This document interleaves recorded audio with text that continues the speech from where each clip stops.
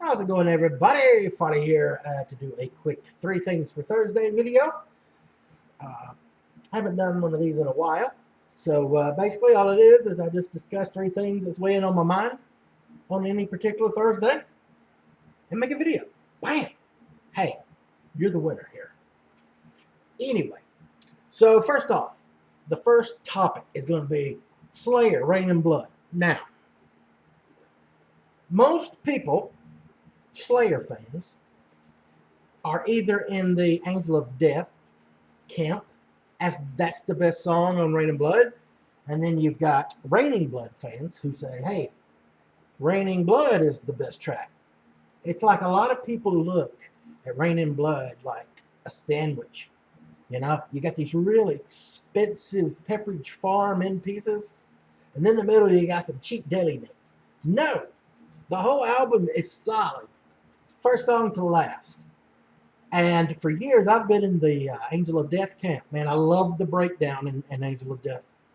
That thing, man, I remember when I first heard it, I was like, I've never heard anything like this. And that would have been 88-ish. I actually got into Slayer on the South of Heaven album. Because at the time, I was young and I was a little bit scared of Slayer. But that's a true story. But anyway, for years, man, I've been like, hey, Angel of Death, that's the best song on that album, but I love every song on it. But ever since I got back into Slayer and a lot of the metal that I used to listen to here in the last 5 or 6 years, I've got a new favorite track, and it's Postmortem, man. Postmortem is overlooked because most people kind of think of it as the lead-in, to Raining Blood. So basically, you got Postmortem, which a lot of people consider to be like part one of Raining Blood. Then you got the storm front moves in, and then Raining Blood, and then everybody goes nuts. And I've seen Slayer play 4 times, and every time it's pretty much the same. I won't say pretty much the same. There's a couple of songs they'll do different, like Payback they did one time, but it's the only time they ever did it. Anyway, but they always end with Raining Blood, so I did find that they used to play Postmortem live a lot. Again, I've not seen it, but man, I'm telling you that song, man, is so freaking good, and it's like just people just kind of overlook it. And I've gone from Angel of Death being the top track, Reign in Blood number 2, and Postmortem 3 to Postmortem, Angel of Death, and Reign in Blood. That's just me. That's how I roll. But yeah, just a great album.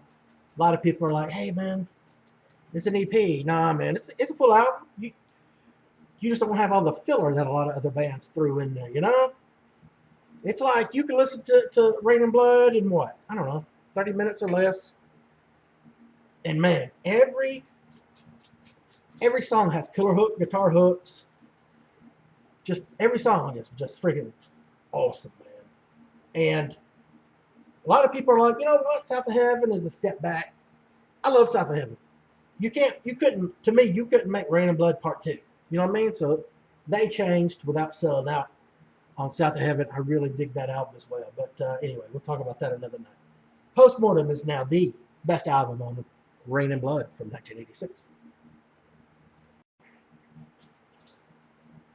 All right, so on to the second part of Three Things for Thursday. A lot of you have seen a video that someone put out about the 10 sexiest men of the vinyl community. And I just want to say that hands down, there's only one winner in that. And the list had 10 people. But you could just put Metal Mickey down 10 times because no one is sexier than Metal Mickey. Mike, you're great, man. And when you wear that robe, it's like majestic.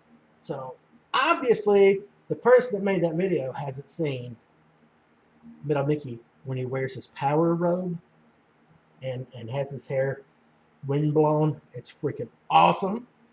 So, yeah, man. So, yeah, that video's out there if you want to go check that awesome thing out. I can't remember the name of the channel, but I do believe it's one of the members of the He-Man Woman Haters cult that exist here. And I do think it's a dude trolling. And so we'll see. I've been wrong once or twice in my life, so who knows? Anyway, Metal Mickey, number 1 through number 10, sexiest man to VC when he wears the robe and he's got the windblown hair, especially. All right, the final part 3. I've been having this internal debate. Well, I live alone, so there's really no one to debate unless I debate my dog or cat. But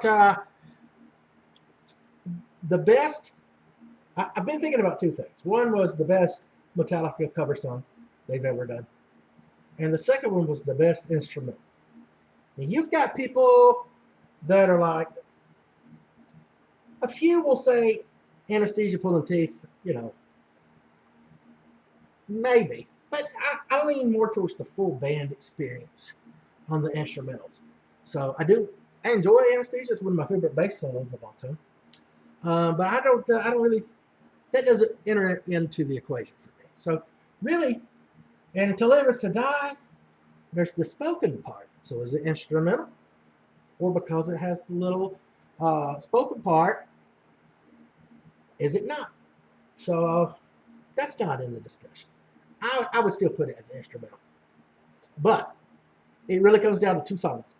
So you got Orion and Call of Cthulhu, and man, it is so hard to pick between those 2 if I had to pick. But I'm going to go, since nobody asked, with Orion. And the reason why, and both of these, by the way, are just 10 out of 10 songs. I love them. But one of the things for me with Orion is it's got everything. It's got the killer drums in there, but the bass coming in, the guitar, but the mood, man.